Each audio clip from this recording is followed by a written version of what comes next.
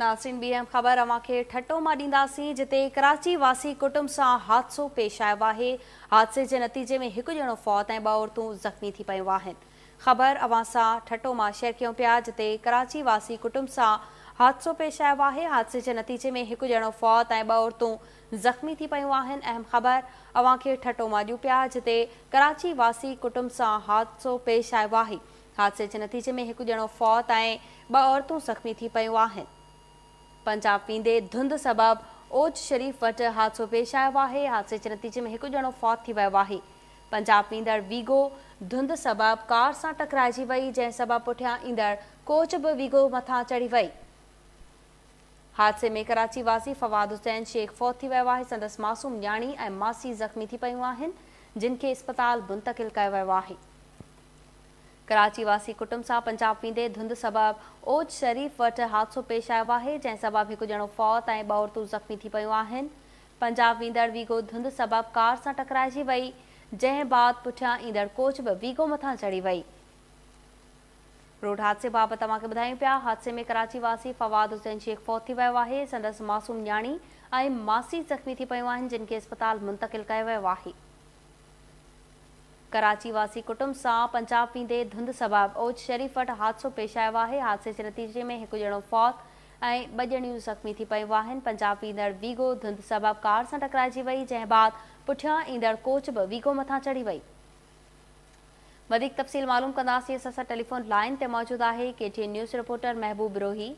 जी महबूब, road हादसे बाबति वधीक कहिड़ा तफ़सील आहिनि? जी सभा इताई अफ़सोसनाक हादसो पेश आयो आहे पंजाब जे इलाइक़े ओज शरीफ वटि।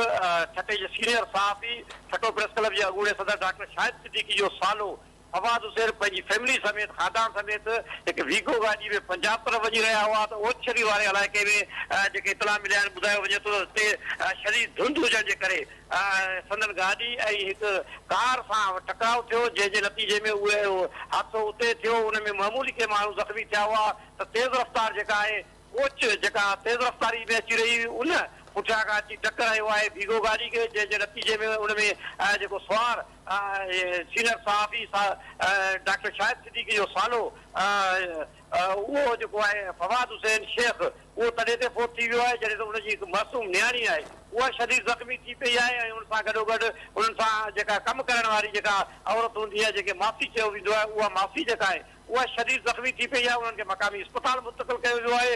जॾहिं त फौत थियल जेको फवाद हुसैन ऐं उनजी जेका ज़ख़्मी थियल खानदान आहे उन्हनि खे जेको आहे कराची मुंतक़िल करण जूं तयारियूं कयूं पियूं वञनि। ॿुधायो पियो वञे त राति देरि सां ही वाक़ियो पेश आयो। राति देरि सां फवाद हुसैन पंहिंजी फैमिली सां कल शाम खां निकितल हो, पंजाब तरफ़ वेंदड़ हो, जेको अॼु सुबुह सवेर धुंध सबबि उन्हनि जो हादसो पेश आयो आहे ओज शरीफ वटि, जंहिंमें अफ़सोसनाक हादसे में फवाद हुसैन पाण फौत थी वियो आहे। उनजी जेका मासूम न्याणी ऐं उन्हनि जे घर में कमु करण वारी जेका उहा पंहिंजी गाॾी में उन्हनि जे सुवार हुई मासी, उहा शदीद ज़ख़्मी थी। उन सां गॾोगॾु जेकी ॿी फैमिली हुई उन्हनि जी संदसि घरवारी हुई ऐं ॿिया जेके ॿार हुआ उहे मौजाना तौर ते महफ़ूज़ थिया आहिनि। पर अफ़सोसनाक वाक़ियो पेश आयो आहे जो फवाद हुसैन जेको मुक माण्हू आहे जेको उहो फौत थी वियो आहे। उनजी मासूम न्याणी ऐं कमु कंदड़ जेका मासी आहे उहा शदीद ज़ख़्मी थी पिया आहिनि। उन्हनि खे मक़ामी जेका आहे उहो शरीफ जे भरिसां मक़ामी इस्पताल मुंतक़िल कयो वियो आहे। जीअं ठटे में ऐं कराची में मिलियो आहे त उन्हनि जा वारस जेके आहिनि उन्हनि खे खणाए करण जी कोशिश में रुधल आहिनि। जी महबूब रोही, तफ़सील ॿुधाइण लाइ तव्हांजी वॾी महिरबानी। हादसे में कराची वासी फवाद हुसैन शेख फौत थी वियो आहे, जॾहिं त संदसि न्याणी ऐं हिकु मासी सख़्त ज़ख़्मी थियूं आहिनि, जिन खे इस्पताल मुंतक़िल कयो वियो आहे।